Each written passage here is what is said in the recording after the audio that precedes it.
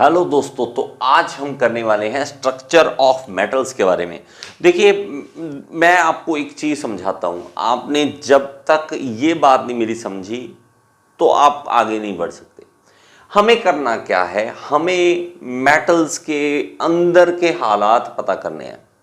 देखो, अंदर के जैसे हालात होंगे ना उसके अकॉर्डिंग हम उसे मॉडिफाई कर सकते हैं। अगर मान लीजिए कोई पेशेंट है, कोई प्रॉब्लम है उसे, तो डॉक्टर एक बार उससे बात करता है, उसकी हालात पता करता है, उसके अकॉर्डिंग दवाई देता है। अब अगर खांसी भी है तो खांसी पता नहीं कितनी तरह की है, तो वो उससे बात करेगा, उसके मतलब प्रॉब्लम को सुनेगा, फिर उसके बाद दवाई देगा ना। तो हमें क्या करना है, हमें करना है कि मेटल के स्ट्रक्चर को पता करना है। मेटल का स्ट्रक्चर पता होगा तो हम करेंगे पता क्या, हम लेंगे पंगे। और पंगे ले लेकर कि भाई तू यहां नहीं, एटम है ना, एटम की बातें करें तो एटम तू यहां नहीं यहां बैठ, यहां नहीं यहां हो जा, या बीच में थोड़ी सी घुसा ले, जगह पड़ी है यहां तो खाली जगह, यहां पे कुछ घुसा दे भाई, एक और एटम डाल दे इसके अंदर, कुछ कर सकते हैं। तो आप बात को समझो, मैं क्यों कहना चाहता हूं।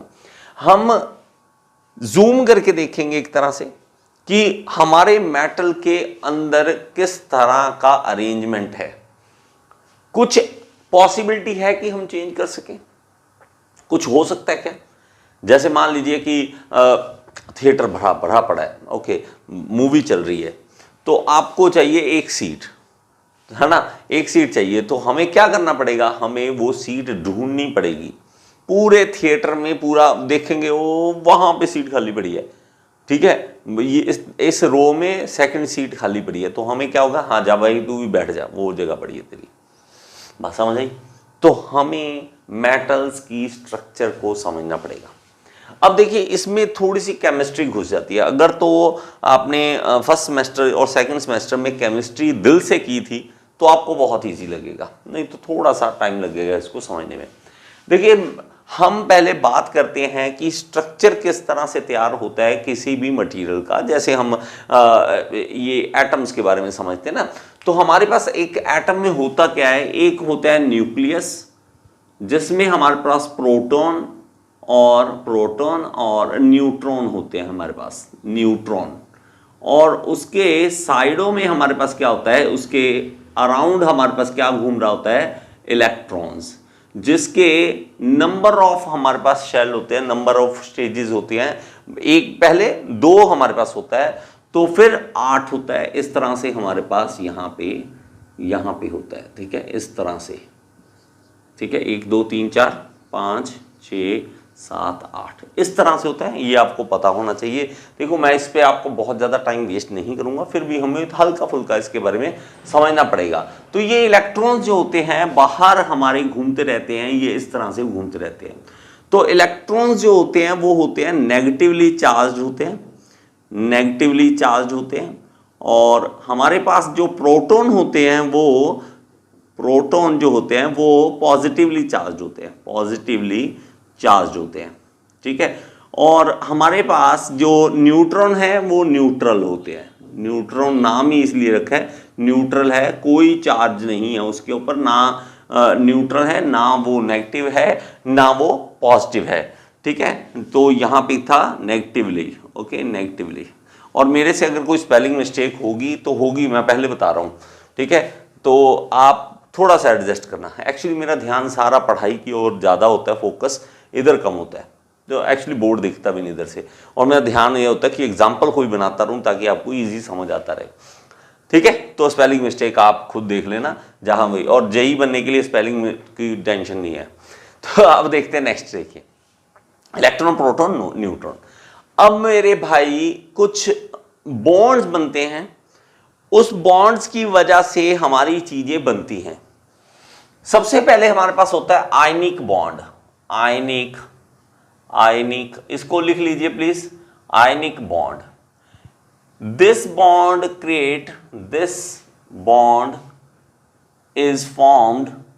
Is formed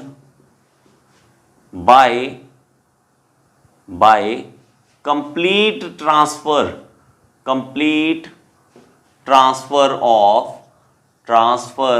of electrons. Completely transfer होते हैं। कंप्लीटली ट्रांसफर होने का मतलब क्या होता है, जैसे हमारे पास ये कुछ ना चीजें जुड़ती हैं हमारे पास, तो उसमें हमारे पास किस तरह से आ जाएगा, अगर आपको ये भी थोड़ा सा इसके बारे में ज्ञान हो, ठीक है, तो ये हमारे पास क्या होता है, देखिए Na क्या होता है, सोडियम। सोडियम का नंबर क्या होता है, 11, ठीक है। तो प्लीज आपको ये सब कुछ पता होना चाहिए, 11 नंबर होता है, ठीक है। 11 नंबर का मतलब उसके अंदर इलेक्ट्रॉन्स जो होते हैं वो 11 होते हैं। यहां पे हमारे पास पहले 2, ठीक है, फिर 8 यहां पे, ठीक है, 8 हो गए हमारे पास, यहां पे मैं बना देता हूं, ओके, 8 बना देता हूं, और एक हमारा लास्ट शेल में होता है, आउटर शेल में, यहां पे। अब जो आउटर शेल में जो भी इलेक्ट्रॉन होता है उसको हम कहते हैं वैलेंस इलेक्ट्रॉन, वैलेंस इलेक्ट्रॉन। तो ये सारी चीजें आपने पढ़ी हुई हैं, नहीं पढ़ी तो मैं आपसे रिक्वेस्ट करूंगा कि फर्स्ट सेमेस्टर की केमिस्ट्री एक बार दोबारा से खोलनी पड़ेगी आपको, मैं कुछ नहीं कर सकता, ये करना ही पड़ेगा आपको, ठीक है। नेक्स्ट है हमारे पास Cl, क्लोरीन। तो क्लोरीन का नंबर होता है 9। 9 का मतलब उसके आप पास जो इलेक्ट्रॉन्स होते हैं वो 9 होते हैं, 2 यहां पे हो गए और 7 इसके यहां पे हो गए, ठीक है, 7 इसके मैं यहां पे बना देता हूं, ओके। यहां देखिए, अब वो बात आ गई ना कि सीट कहां पे खाली है, ये देखिए यहां पे सीट खाली है, इसके पास एक एक्स्ट्रा है, इसके पास कमी है, ठीक है। तो भाई यही है, आदान प्रदान ही है, ठीक है। और देखो इलेक्ट्रॉन्स भी समझते हैं इस बात को, इलेक्ट्रॉन्स भी समझते हैं इस बात को, क्या कि भाई उसके पास कमी है थोड़ी, वो गरीब है, मेरे पास फालतू पैसे पड़े हैं, मैं इसको अगर दे दूंगा तो वो भी कंप्लीट हो जाएगा, मैं भी कंप्लीट हो जाऊंगा। लेकिन बस सारा इंसान है कि ये बात नहीं समझता, जिसके पास है उसके पास वो कहेगा भाई तेरे वाले भी मुझे ही दे दे पैसे। लेकिन यहाँ नहीं, ये क्या करना चाहते हैं, बॉन्ड बनाना चाहते हैं एक। ये क्या करेंगे, आपस में आएंगे, इसका इलेक्ट्रॉन इसके साथ शेयर किया जाएगा, इलेक्ट्रॉन यहां से उड़ कर जाएगा और इसके यहां जाके बैठ जाएगा। तो वो कहेगा हाँ भाई अब मेरे पास 2 और 8 मैं भी कंप्लीट, 2 और 8 आप भी कंप्लीट, तो हमारे पास ये फॉर्मेशन हो सकती है। तो ये NaCl नमक बन जाता है। अगर इंसान की तरह बिहेव करें तो सोडियम बेचारा अलग से घूमेगा, क्लोरीन अलग से घूमेगा, वो कहेगा मैं नहीं तेरे साथ बॉन्ड बना रहा, भाग जा, है ना। वो कह रहा है बॉन्ड गया भाड़ में, ठीक है, मेरे पास एक्स्ट्रा चीज है तो है, तेरे पास कमी है तो मैं क्या करूं, तो मैं नहीं दूंगा तुझे। इंसान की तरह अगर बिहेव करे तो हमें नमक ही ना मिले, अन्य आराम से अलग बैठा हो, Cl अलग से बैठा हो, तो हम कहें भाई आ जाओ यार मिल जाओ, ताकि हम नमक खाने लायक बन सके। तो नमक ऐसे नहीं बनता, आयनिक बॉन्ड से बनता है। ओके, नेक्स्ट हमारे पास देखें तो कोवलेंट बॉन्ड होता है। कोवलेंट, कोवलेंट में क्या होता है, कोवलेंट में हमारे पास क्या होता है कि शेयरिंग हम करते हैं, ठीक है। मैं अभी आपको बताता हूं, दिस बॉन्ड, इसको लिख लें, ठीक है, this bond is formed by sharing of electrons, sharing of electrons. तो इलेक्ट्रॉन्स की शेयरिंग से होता है। जैसे आपको मैं सिंपल सी एग्जांपल देता हूं, कार्बन है, अब कार्बन का जो एटॉमिक नंबर होता है वो 6 होता है, तो हमारे पास उसमें यहां पे 2 इलेक्ट्रॉन्स होते हैं और यहां पे 4 इलेक्ट्रॉन्स होते हैं, लेकिन चाहिए कितने, 8, इसके पास बाहर कितने हैं, 4। तो हम एक हाइड्रोजन को बुलाएंगे, भाई तेरे पास इलेक्ट्रॉन्स कितने हैं, तो हाइड्रोजन का नंबर होता है 1, तो 1 के पास तो 1 ही इलेक्ट्रॉन होगा। अच्छा, अरे मेरे भाई इधर आ जा, एक हाइड्रोजन इधर आ गया, हाइड्रोजन तेरे पास कितना है, कहता 1 है, चलो तेरे पास भी 1 है, कोई बात नहीं। हाइड्रोजन तेरे पास कितना है, 1 है, हाइड्रोजन यहाँ पे एक बना लेते हैं, हाइड्रोजन कितना है तेरे पास, 1। तो ये कहता है भाई तू मेरे साथ ये वाला शेयर कर ले, तो मैं भी 2 हो जाएंगे मेरे पास, मैं कंप्लीट हो जाऊंगा, और आपके पास आ जाएगा तो यहाँ पे भी आपके साथ जुड़ जाऊंगा मैं। वो कहता अच्छा उड़ के यहाँ पे आ जा, यहाँ पे उड़ के आ गया और इसके साथ इसने बॉन्ड बना लिया, यहाँ पे बना लिया। अब ये क्या कर रहा है, शेयरिंग कर रहा है, ना कि अपना इलेक्ट्रॉन उठा के उसको दे रहा है, खाली नहीं हो रहा, ये खाली नहीं हो रहा, ये इसको दे रहा है, और ये उड़कर यहां पर आ जाएगा और इसके साथ यहां पे बैठ जाएगा, यहां पे बैठ जाएगा हाइड्रोजन, यहां पे ये वाला हाइड्रोजन उठकर यहाँ पे आ जाएगा और यहाँ पर हमारा हाइड्रोजन जुड़ जाएगा, और यहाँ पर भी मैं हाइड्रोजन जोड़ देता हूँ ये वाला। तो हमारे पास अब पता क्या हो गया, अब C के पास 8, 2 बाहर, 2 यहाँ पहले पे और 8 फिर बाहर हो गए, तो हो गया उसका कंप्लीट। 2 और 8 होने चाहिए जैसे मैंने आपको बताया था। और इसमें हाइड्रोजन के हर किसी के पास क्या हो गया कि शेयरिंग हो गई। शेयरिंग होने के बाद हमारे पास हाइड्रोजन भी कंप्लीट और हमारे पास ये भी कंप्लीट, तो CH4 बन जाता है, हमारे पास मीथेन गैस बन जाती है, मीथेन गैस बन जाती है। बात समझ आई? तो ये था हमारे पास थोड़ा सा बेसिक बातें जो हमें जरूरी है करनी। नेक्स्ट हमारे पास मेटल्स के बारे में, मेटालिक बॉन्ड करते हैं। नेक्स्ट देखते हैं, नेक्स्ट सबसे ज्यादा इंपॉर्टेंट वो है मेटालिक बॉन्ड, जो हमने एक्चुअल में पढ़ना था। ठीक है, मेटालिक बॉन्ड के बारे में हम पढ़ते हैं। तो ये हमारा डिफाइन करेगा, देखिए जितने भी दुनिया में सॉलिड्स चीजें हैं ना, जितनी आप दुनिया में सॉलिड चीज क्या भाई, हर चीज सॉलिड, ये चीज सॉलिड, ये चीज सॉलिड, कैमरा सॉलिड, आप सॉलिड, दीवार सॉलिड, क्या चीज नहीं सॉलिड। ठीक है, क्या चीज नहीं दिखते, सॉलिड कितना है, उसमें से एक पार्ट आ जाता है सॉलिड, क्या, मेटल्स। और ये मेटल जो सॉलिड हैं, और मेटल की क्वालिटी देखो भाई कितनी खतरनाक है। क्या नहीं बना सकते मेटल का, क्या नहीं बना सकते आप, सुबह से लेके रात तक इतनी चीजें मेटल की यूज करते हैं और हम उसे रिप्लेस भी नहीं कर सकते। आप चाय बनाते हो, फ्राइंग पैन यूज करते हो, ये तो नहीं है आप उसको लकड़ी का बना लोगे, बन सकता है क्या? क्यों? क्योंकि metals are good conductor of electricity and heat. और देखो मेटल्स की प्रॉपर्टी बहुत सारी हमारे पास खास आ जाती हैं। तो पहला तो डक्टिलिटी, बहुत अच्छा डक्टाइल होता है, डक्टिलिटी अच्छी होती है। दूसरा ये होते हैं मैलेबल होते हैं, जैसा मर्जी उसको ढाल लो, मैलेबिलिटी अच्छी होती है, मतलब उसको पीट पीट के चादरें बना लो, खींच लो, तारे बना लो। ठीक है, और main good conductor of electricity. ठीक है, कंडक्टर हैं वो इलेक्ट्रिसिटी के, और हमारे पास हीट के, इलेक्ट्रिसिटी के हैं। ठीक है, और हमारे पास वो हीट के अच्छे कंडक्टर हैं। ये इतनी क्वालिटीज जो होती हैं, ये भाई साहब ये घर से लेके आए हैं क्या? क्या ऐसी क्वालिटी है कि हम हर जगह पर मेटल का यूज कर रहे हैं। और प्लस कितने स्ट्रॉन्ग भी बड़े अच्छे होते हैं, स्ट्रॉन्ग भी होते हैं, ये भी है वो भी है, तभी तो भाई मेटल ही मेटल दिख रहा है हर जगह पे। और स्टील की प्रोडक्शन तो देखो टनों में, कितने मीट्रिक टन चल रही है स्टील की प्रोडक्शन, कितना ज्यादा चल रहा है। तो ये सब कुछ जो हो रहा है मेटालिक बॉन्ड के कारण हो रहा है। देखिए हमारे पास जो, अगर आप देखोगे ना, तो इसके अंदर आयंस जो हैं, मतलब हम पॉजिटिव आयंस की बात कर रहे हैं, पॉजिटिव हमारे पास है।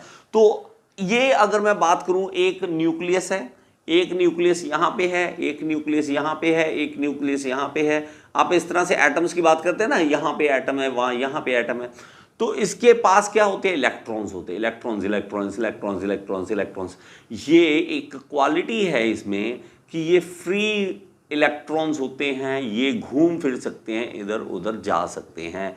ये नहीं होता, ये सीरियसली ये बात भी है, ये नहीं है कि इलेक्ट्रॉन्स इसके हैं तो इसके पास ही रहेंगे। ठीक है, ये इसके हैं उसी के पास रहेंगे, ऐसा नहीं है। तो ये चाचा ताए के सब भाई बहन सब भाई होते हैं। देखिए पुराने टाइम में, अब तो चलो जिसका घर है वो उसी घर में रहता है। हमारे टाइम में ये था कि हम मतलब जन्म यहाँ लिया है, लेकिन वहाँ चाचा के घर में खेल रहे हैं, ताया के घर में खेल रहे हैं, वहाँ बुआ जी के घर में खेल रहे हैं, इधर उधर जो घर आसपास हैं उनके पास खेल रहे हैं। उनको कोई मतलब नहीं होता था मेरा बेटा कहाँ है, कोई दिक्कत नहीं होती थी। ठीक है, ऐसा नहीं होता था अरे मेरा बेटा मेरे घर में रहेगा, नहीं, जा उस गली में भी जा, चाचा वहाँ है, वहीं खेल रहे हैं, वहीं खाना खा लिया, वहीं सो गए, वहीं उठ के आ गए, कोई दिक्कत नहीं, कोई नहीं पूछता था। ठीक है, तो ये क्या है, इलेक्ट्रॉन्स घूमते हैं, कभी चाचा के पास, कभी ताया के पास, मामा के पास, कभी इधर कभी इधर।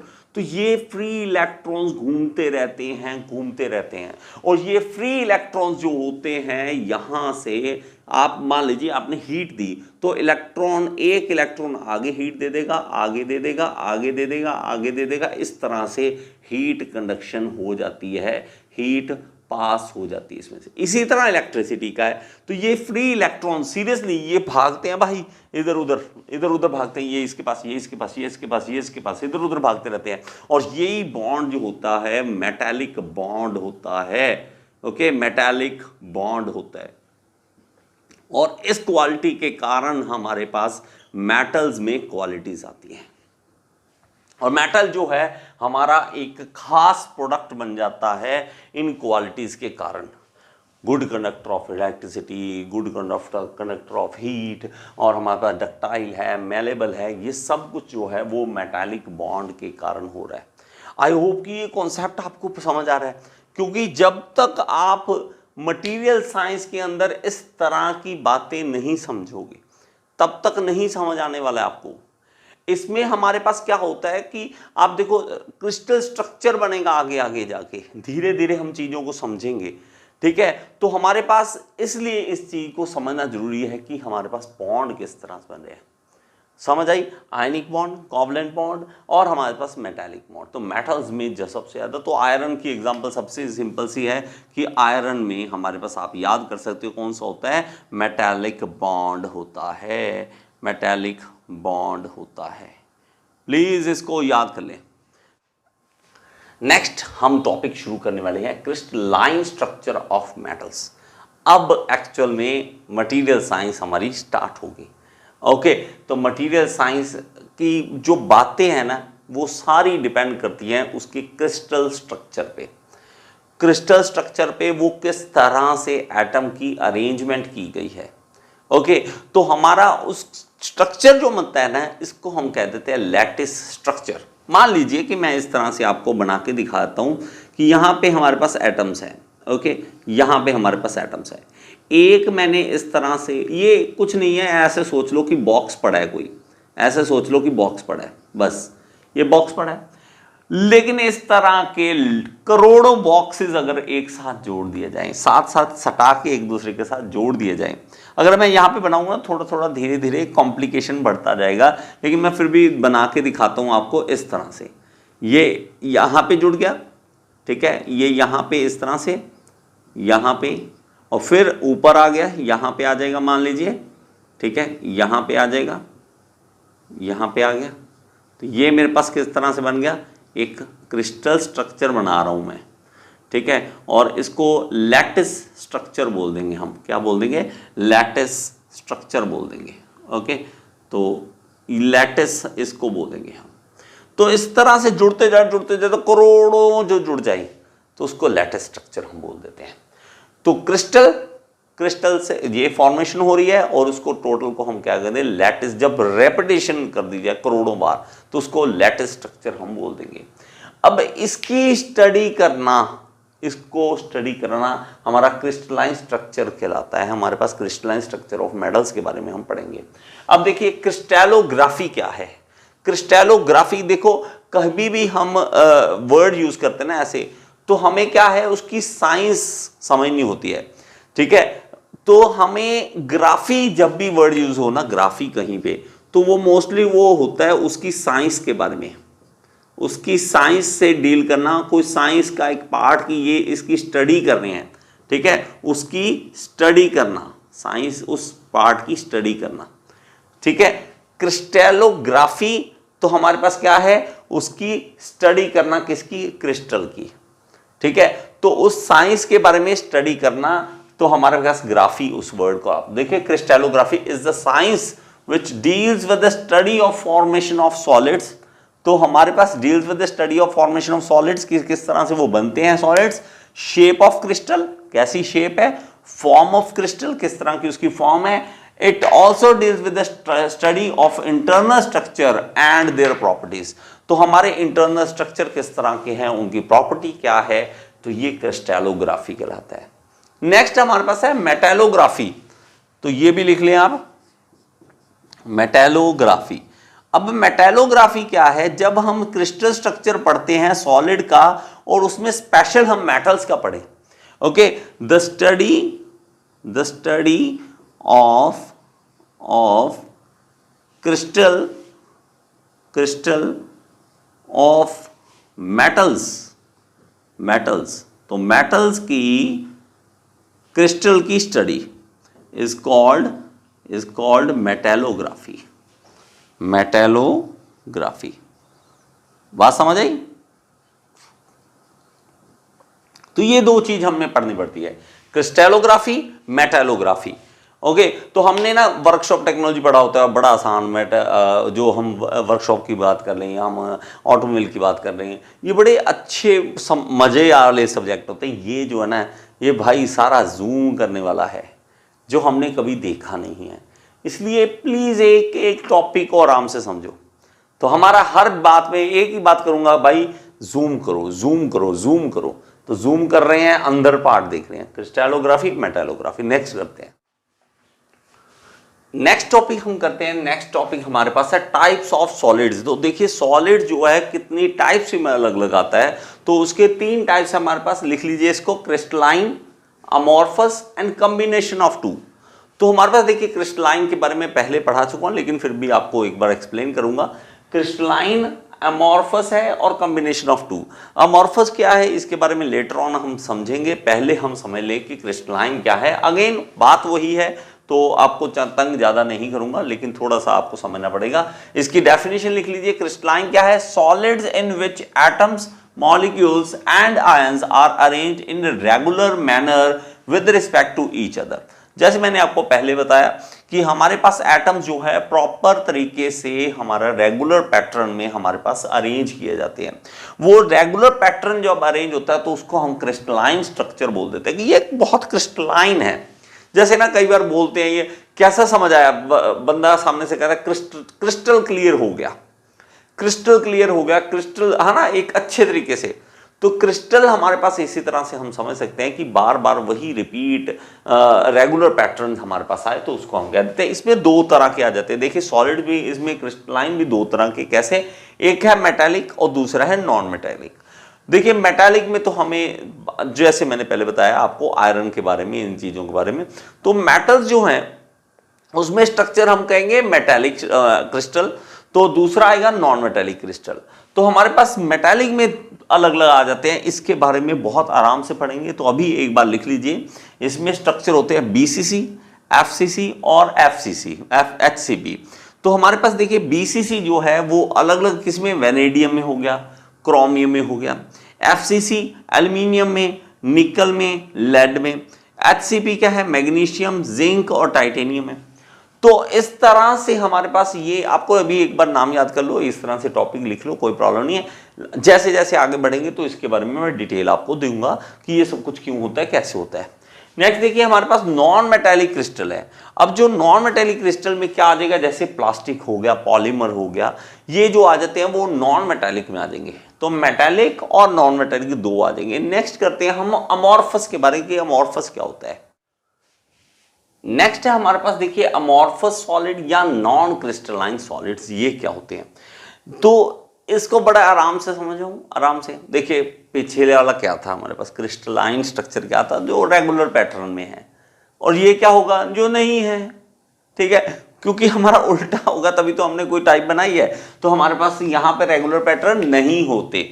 तो हमारे पास अमॉर्फस का अगर आप मतलब देखोगे तो अमॉर्फस का आपके पास मतलब क्या होता है, तो वो होता है विदाउट फॉर्म, शेप के बिना, विदाउट फॉर्म, शेप के बिना, उसके अंदर क्रिस्टलाइन स्ट्रक्चर की कमी होती है। The solids in which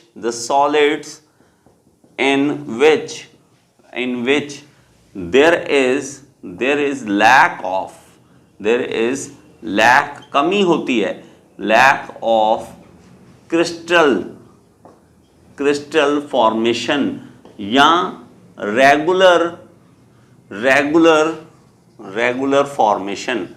regular formation की कमी होती है।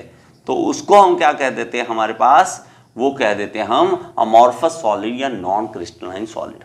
तो इसके एग्जांपल लिख लें। एग्जांपल्स हमारे पास है जैसे कि ग्लास, कांच जो होता है वो हमारे पास अमॉर्फस मटेरियल होता है, इसमें कोई भी रेगुलर पैटर्न नहीं होता। कि शीशे को आप सीरियसली देखोगे ना तो उसमें कोई रेगुलर पैटर्न नहीं है। आपका ग्लास है, टूटता है, उसने किस शेप में टूटना है, क्या होगा, कोई प्रेडिक्शन नहीं होती, कहाँ से कहीं भी टूट सकता है, कैसा भी टूट सकता है।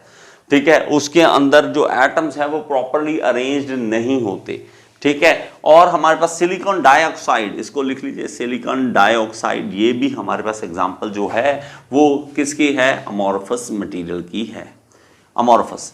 नेक्स्ट है हमारे पास कॉम्बिनेशन ऑफ बोथ, कॉम्बिनेशन आ जाए दोनों का, कॉम्बिनेशन ऑफ टू, मतलब क्रिस्टलाइन भी हो और वो अमॉर्फस भी हो, तो बीच का चीज मैं हमेशा कहता हूँ, देखो एक इधर होता है, एक होता है, एक बीच का होता है, ठीक है। तो हमारे पास ये बीच की चीज आ गई, ना उधर ना इधर। तो भाई कुछ ऐसे मटेरियल होते हैं जो ये नहीं पता कि वो अमॉर्फस होंगे या क्रिस्टलाइन होंगे, वो डिपेंड करेगा कि जब उसको सॉलिड बनाया जाएगा वो किस तरीके से बनाया जा रहा है। मान लीजिए कि हमारे पास लिक्विड है, कोई मेटल है वो हमारे पास लिक्विड में है, जब हम उसको ठंडा करेंगे तो ठंडे करने की प्रोसेस पे डिपेंड करेगा कि वो हमारे पास अमॉर्फस बनेगा या हमारे पास क्रिस्टलाइन बनेगा, मतलब प्रॉपर रेगुलर पैटर्न बनेगा या नहीं बनेगा। मान लीजिए कि आपने जल्दी से ठंडा करा, ठीक है, जल्दी से ठंडा करने के चक्कर में जल्दी ठंडा रैपिड कूलिंग करा दी, जल्दी ठंडा हो जाए, उस चक्कर में हमें पता लगा कि वो अमॉर्फस मटेरियल बन गया। जब हमने आराम से ठंडा होने दिया, भाई आराम से ठंडा हो कोई बात नहीं, जैसे जैसे एटम जुड़ेंगे आराम से वो एक दूसरे के साथ जुड़ेंगे, वो सॉलिड बनेगा। जो लिक्विड है वो, जो गर्म लिक्विड है वो धीरे धीरे सॉलिड बनेगा, जब सॉलिड बनेगा तो वो रेगुलर पैटर्न में आ जाएगा, तो वो क्रिस्टलाइन बन जाएगा। तो ये ऐसे होते हैं जो कहीं किसी के नहीं होते, जैसे कि सिरामिक्स है, तो ये हमारे पास किसी के नहीं है, ना तो पक्का कि वो क्रिस्टलाइन होंगे और ना पक्का कि हमारे पास अमॉर्फस होंगे। बात समझ आई? तो ये डिपेंड करेगा कि रेट ऑफ कूलिंग पे डिपेंड करेगा कि कैसी है हमारी। पूरा गर्म लोहा, मतलब पूरा गर्म हमारे पास सिरेमिक है, तो उसको जब हमने मान लीजिए ठंडा करना है तो ठंडे होने की प्रोसेस पे डिपेंड करेगा कि वो क्या बनेगा। तो भाई कुछ भी नहीं कह सकते इस केस में, तो ये कॉम्बिनेशन ऑफ टू होता है।